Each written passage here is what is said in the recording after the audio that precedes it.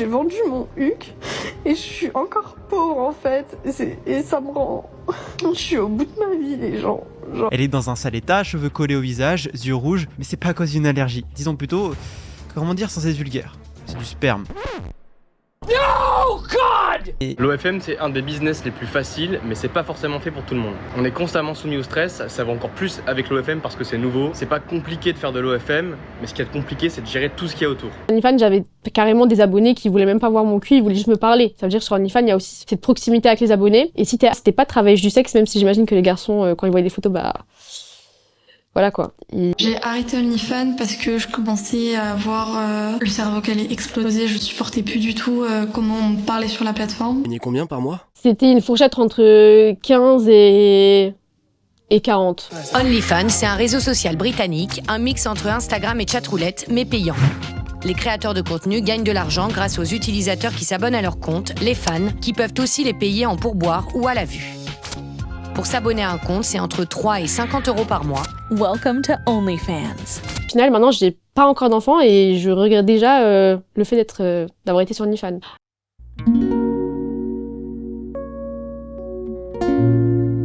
France 2025. Un soir comme un autre, des milliers de notifications s'allument sur des écrans. Des jeunes publient, d'autres regardent. Sur leur téléphone, la promesse d'une vie différente. Qu'est-ce que je fais dans la vie? Donc, je suis sûr que vous avez déjà vu les supercars que j'ai achetés, les montres que j'ai achetés, etc. Je suis relativement jeune, j'ai 21 ans. Comment je fais? C'est grâce à Emma et Luna que je génère plus de 60 000 € par mois en cumulé. Et la particularité de ces deux meufs, c'est qu'elles n'existent pas. Toi, avec tout ce que tu gères, avec tout ce que... Combien ça te rapporte? Ça me rapporte, on va dire, entre 90 000 à 130 000 en ce moment par mois.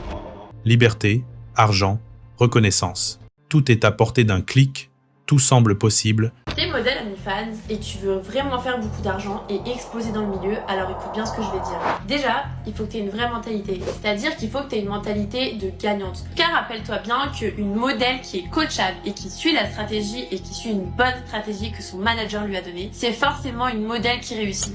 OnlyFans n'est plus une curiosité américaine. C'est devenu en quelques années un nouveau marché, une industrie informelle où se croisent espoir, addiction, méthode marketing et arnaque. Des success stories s'exposent immaculés sur des comptes qui vendent du rêve.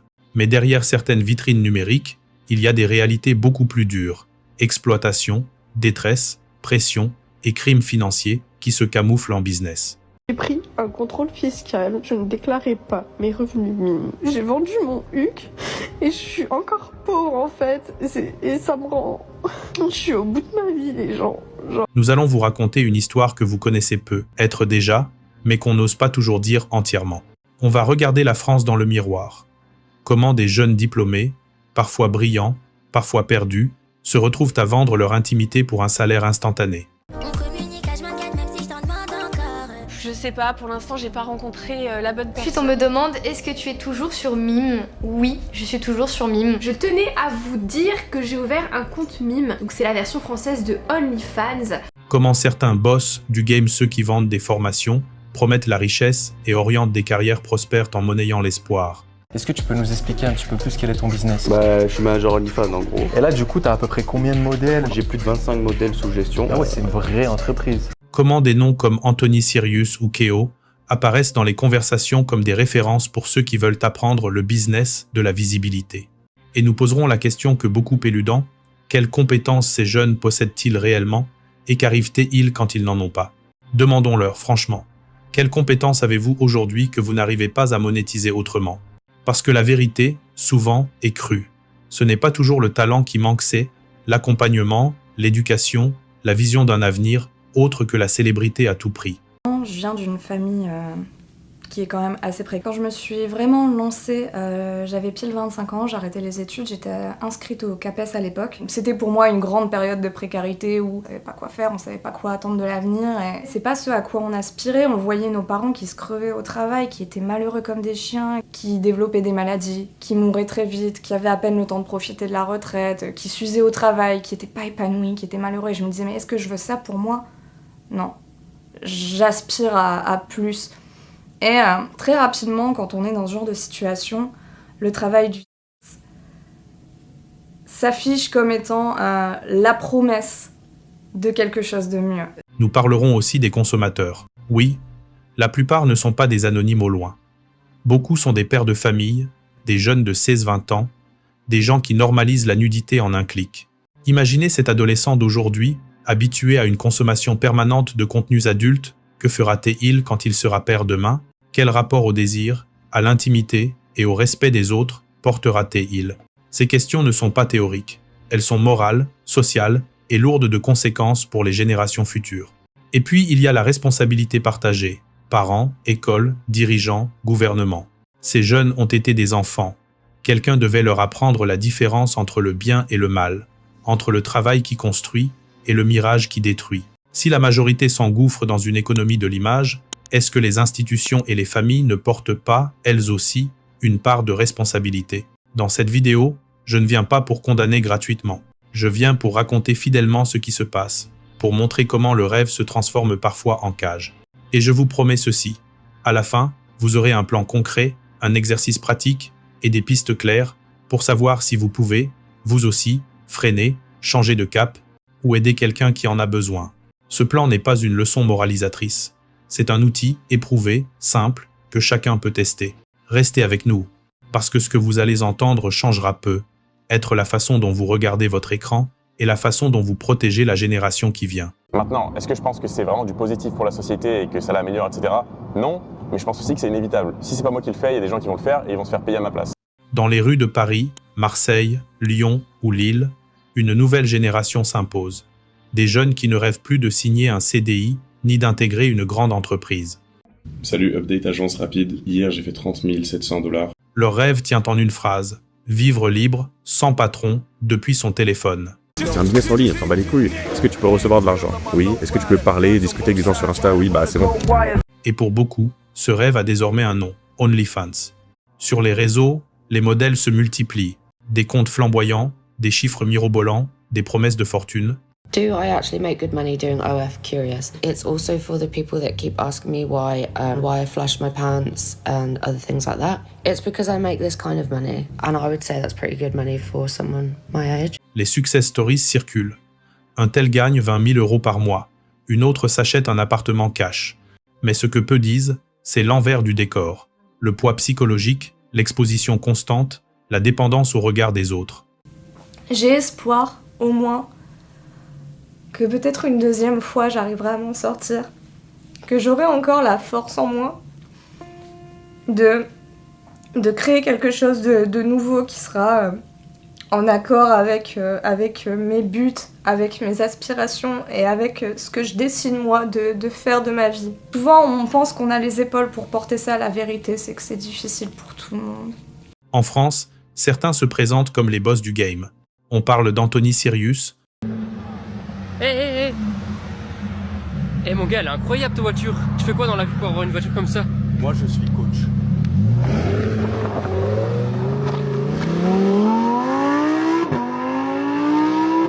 De Keo et d'autres jeunes entrepreneurs devenus influenceurs de l'intime. Bien profiter, j'ai travaillé 1 heure dans le bateau pour rentabiliser le tout. Et tout ce que je fais pour vivre cette vie, c'est d'utiliser ChatGPT pour créer du contenu d'influenceuse généré par l'IA. Le mois dernier, j'ai fait plus de 60 000 $ avec une fille qui n'existe pas. Ah les gars, c'est donc ça la vie de manager OnlyFans. Si j'aurais su les gars, j'aurais profité avant.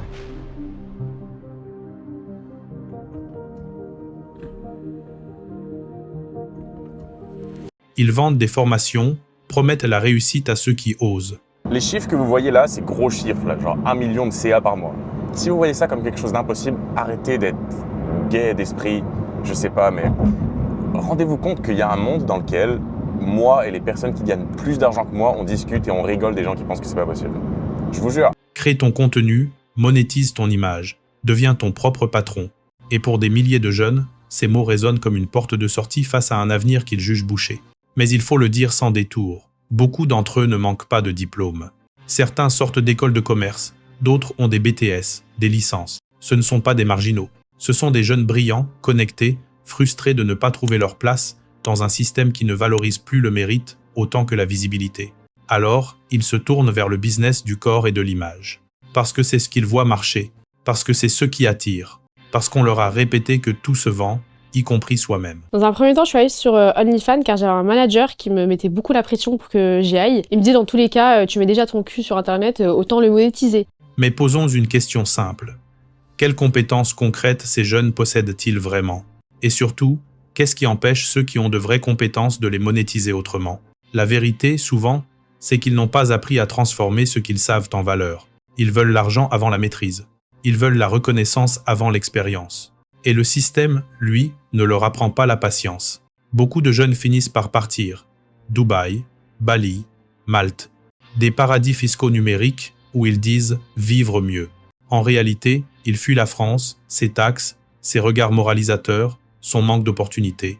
Mais derrière chaque départ, En direct de Punta Cana, il y a une question qu'on refuse de poser. Pourquoi ont-ils préféré vendre des images plutôt que de créer des projets? Pourquoi ont-ils choisi la vitesse au lieu de la construction? Les parents, les enseignants, les dirigeants ont tous une part de responsabilité. Ces jeunes ont été des enfants. Quelqu'un devait leur apprendre la différence entre l'effort et la facilité, entre la liberté et l'illusion. Mais on les a laissés grandir dans un monde où la réussite s'affiche en stories et s'achète à coups de followers. Et aujourd'hui, la France récolte ce qu'elle a semé. Une jeunesse qui ne croit plus à ses institutions, mais qui croit aux algorithmes. Une jeunesse qui n'attend plus de reconnaissance sociale, mais de validation numérique. Une jeunesse qui ne cherche plus à faire carrière, mais à faire buzz. Ce n'est pas une condamnation, c'est un constat. Et il n'est pas trop tard pour corriger le tir. Mais cela commence par une question de conscience. Et si le vrai problème, ce n'était pas OnlyFans, mais ce vide qu'on a laissé grandir dans le cœur des jeunes? Une génération qui regarde sans voir. Le phénomène OnlyFans ne se nourrit pas que de ceux qui publient. Il existe parce que des millions d'autres regardent. Des hommes, des femmes, des jeunes, des pères, des fils. Certains paient, d'autres consomment gratuitement. Mais tous participent, consciemment ou non, à l'entretien d'un système qui transforme le corps en monnaie et l'intimité en spectacle. Et il faut oser le dire. La majorité des consommateurs ne sont pas ceux qu'on imagine. Ils ne vivent pas forcément dans l'ombre. Certains sont mariés, ont des enfants, des responsabilités. Derrière leurs écrans, ils achètent ce que la société leur interdit de dire, le fantasme, le contrôle, l'illusion d'un lien. Ils payent pour un regard, pour une phrase, pour un instant d'attention qui disparaît aussitôt. Mais le vrai danger, il est ailleurs. Il est dans les générations qui suivent. Des jeunes de 6 à 20 ans, nés avec Internet, pour qui la nudité est devenue banale. Une notification, une story, un lien Telegram, et tout est à portée de main. Plus besoin d'imagination, plus de mystère, plus d'apprentissage du respect. Tout se consomme, tout se jette. Alors posons la question. Que deviendront ces jeunes demain? Quand ceux qui ont grandi dans la surconsommation du corps deviendront pères à leur tour, quel héritage moral transmettront-ils? Car si les parents d'aujourd'hui consomment, leurs enfants feront pire. C'est une équation simple, mais terrifiante. Ce que tu tolères devient la norme, et la norme devient la culture. Et pendant que les gouvernements se réunissent pour parler du climat, personne ne parle du dérèglement moral. Pourtant, qu'attendre d'une génération qui apprend à vendre sa nudité à 18 ans et à l'acheter assise? Peut-on imaginer ces mêmes individus, demain, responsables d'entreprises, de familles, de sociétés durables? Non, parce qu'à force de tout monnayer, on finit par ne plus rien respecter ni soi, ni les autres. Aujourd'hui, plus de 90% des utilisateurs de smartphones ont, d'une façon ou d'une autre, consommé du contenu à caractère sexuel. C'est une réalité, pas un jugement. Mais c'est aussi un signal d'alarme. Parce qu'une société qui se divertit de tout finit par se détruire sans bruit. Et à ceux qui écoutent, je veux parler directement. Si tu regardes cette vidéo et que tu fais partie de ceux qui consomment, je ne suis pas là pour te juger. C'est ta vie, tes choix, ton écran. Mais je veux te proposer un test simple, un exercice concret. Essaye pendant 1 mois de vivre sans contenu pour adultes. Ne cherche pas à compenser, ne cherche pas à voir juste un peu. Tiens 1 mois. Et à la fin, fais ton propre bilan. Regarde ton énergie, ton sommeil, ton envie de créer, de te lever, de penser clair. Et si rien n'a changé, alors continue parce que c'est que tu es déjà perdu. Mais si tu ressens le moindre changement, la moindre clarté dans ta tête, alors promets-toi une chose. Ne reviens jamais en arrière. Parce que ce n'est pas ce que tu regardes qui te détruit, c'est ce que tu deviens quand tu le fais. Et à tous ceux qui travaillent dans l'éducation, la politique, les institutions, comprenez que si cette jeunesse tombe, alors tout ce que vous construisez aujourd'hui, économie, écologie, innovation, ne servira à rien. parce qu'on ne bâtit pas un futur sur une génération épuisée moralement. La responsabilité collective, parents, dirigeants et influenceurs. Ce fléau ne vient pas de nulle part. Il est le reflet d'un système entier, celui d'une société qui a cessé d'éduquer, mais qui n'a jamais cessé de juger. Et dès que je donnais mon opinion publique sur quelque chose, ah ouais, retourne montrer ton cul, on s'en fout ton avis, retourne faire ta pute sur OnlyFans. Donc, Depuis des années, on répète aux jeunes qu'ils doivent réussir, qu'ils doivent faire de l'argent. Mais on ne leur dit pas comment construire, ni pourquoi travailler. On ne leur enseigne plus la valeur du temps, de la discipline, ni la beauté de l'effort. Alors ils regardent ailleurs. Ils observent les influenceurs, les coachs business, les vitrines numériques. Et naturellement, ils finissent par croire que montrer vaut mieux que devenir. Les parents, parfois dépassés, se taisent. Les dirigeants, souvent déconnectés, observent. Et les influenceurs, eux, entretiennent le rêve. Tu peux tout avoir, sans attendre. Mais entre ces trois silences familiales, politiques, médiatiques, une génération entière se perd. Quand un jeune vend son image sur Internet, c'est facile de le juger. Mais avant de pointer du doigt, il faut regarder ce qui l'a conduit là. Les parents ont laissé la télévision, puis le smartphone, faire l'éducation sentimentale. L'école a oublié d'enseigner la maîtrise de soi, la pensée critique, le discernement. Et l'État, lui, s'est contenté de parler de sécurité sans jamais parler de sens. Pendant ce temps, les influenceurs prospèrent.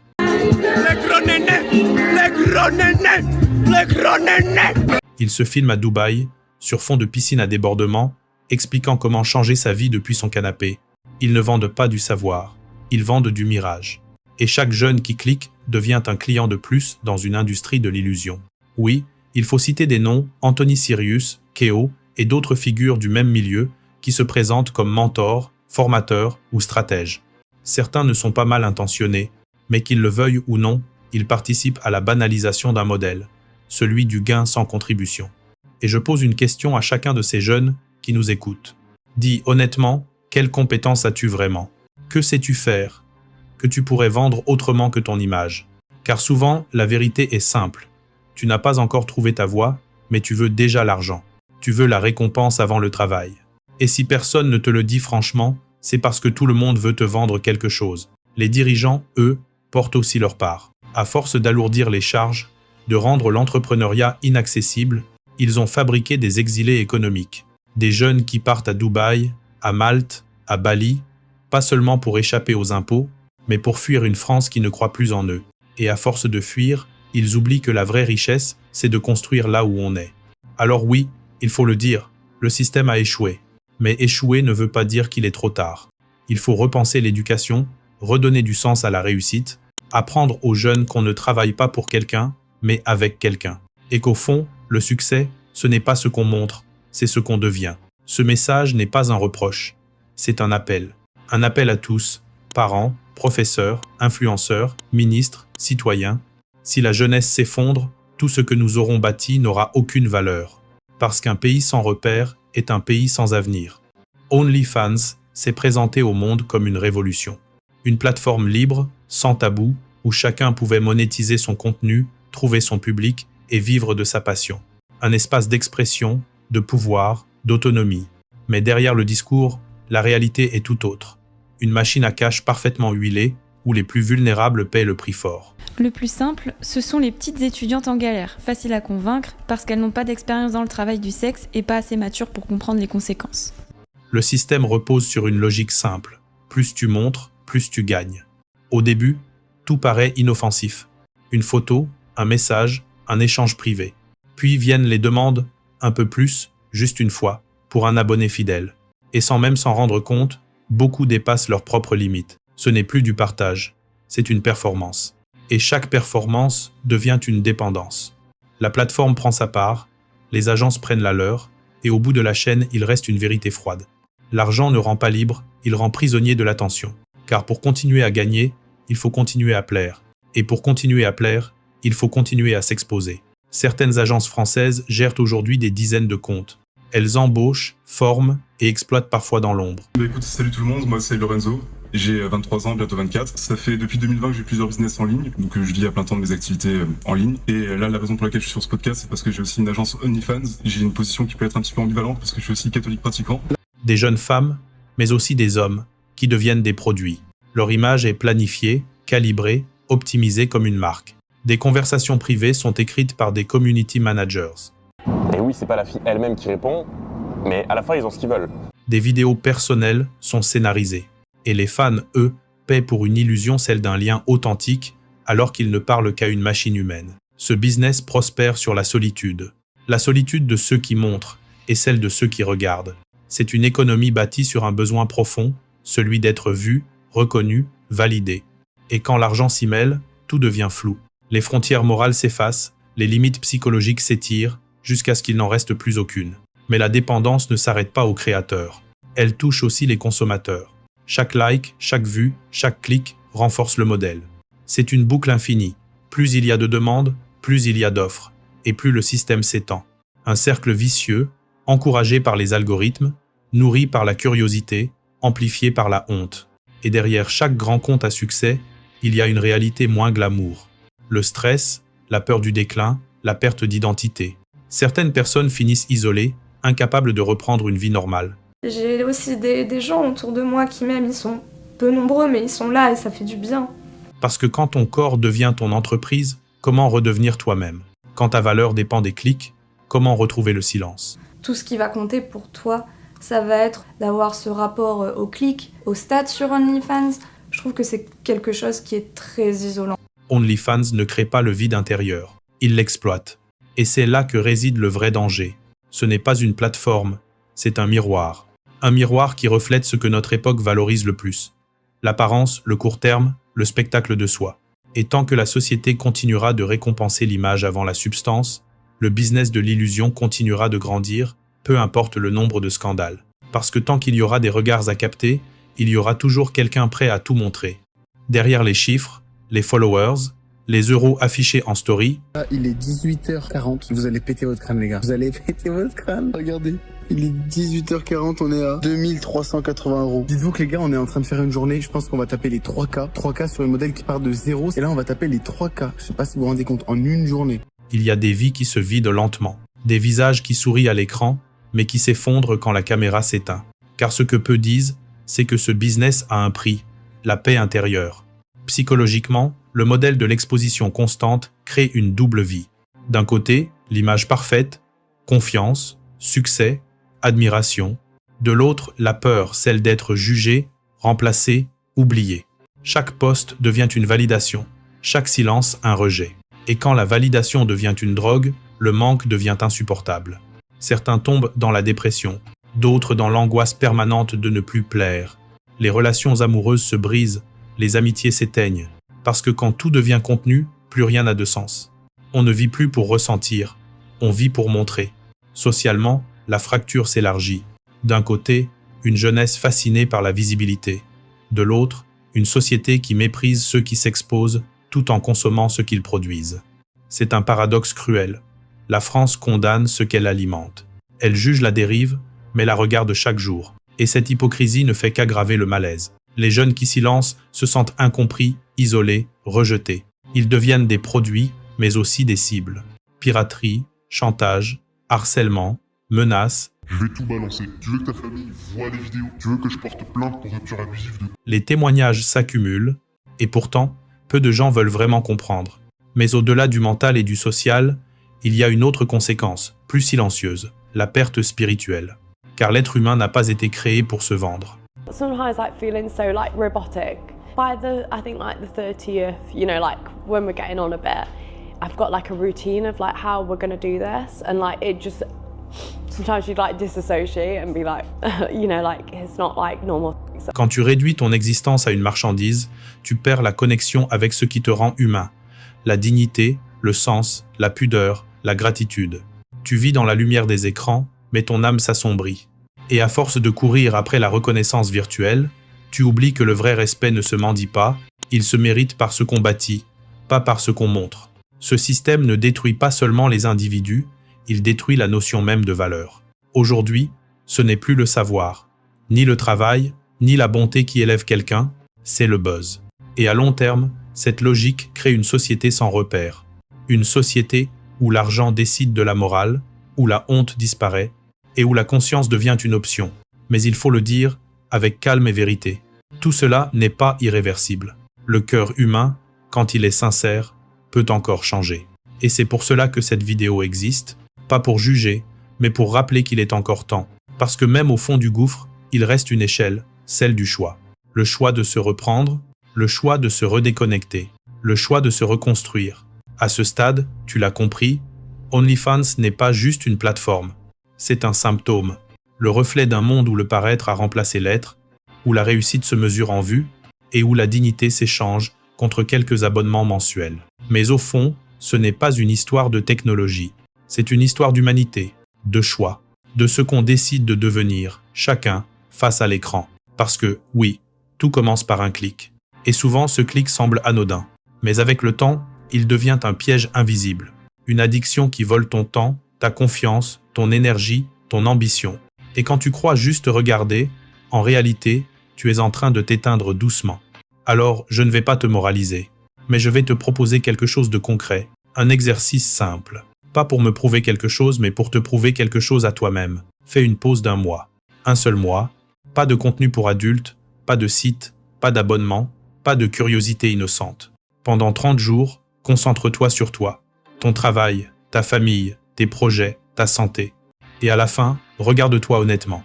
Si tu n'as rien ressenti, si rien n'a changé, alors continue. Mais si, au fond de toi, tu sens que quelque chose s'est éclairci, ton esprit, ton sommeil, ton courage, alors promets-toi une chose. Ne reviens jamais en arrière. Ce n'est pas une guerre contre les plateformes, c'est une guerre pour ton esprit. Parce qu'une fois que tu reprends le contrôle de ton attention, tu reprends le contrôle de ta vie. Et à tous les parents, les dirigeants, les enseignants, les influenceurs, vous portez une responsabilité énorme. Chaque message, chaque silence, chaque politique éducative façonne cette génération. Ne laissez pas les écrans éduquer à votre place. Ne laissez pas les algorithmes définir ce qu'est la réussite. Parce que si la jeunesse se perd, alors tout ce que nous construisons, les écoles, les entreprises, les lois, ne servira à rien. Ce combat est spirituel avant d'être social. C'est celui de la conscience contre la facilité, du réel contre la fiction, de la dignité contre le vide. Et si tu es arrivé jusqu'ici, c'est que quelque part, tu sens que quelque chose doit changer. Alors prends ce moment comme un signal, une alerte douce, mais sérieuse. Parce que ce que tu tolères aujourd'hui, tes enfants le vivront demain. Et pour comprendre à quel point un système sans morale peut tout détruire, je t'invite à regarder la vidéo suivante. Aurélie B, la plus grande arnaqueuse de France. Tu verras comment, quand la société ferme les yeux, l'argent finit toujours par aveugler. Et tu comprendras que ce combat dépasse Internet. Il parle de nous tous, de notre responsabilité, de notre avenir.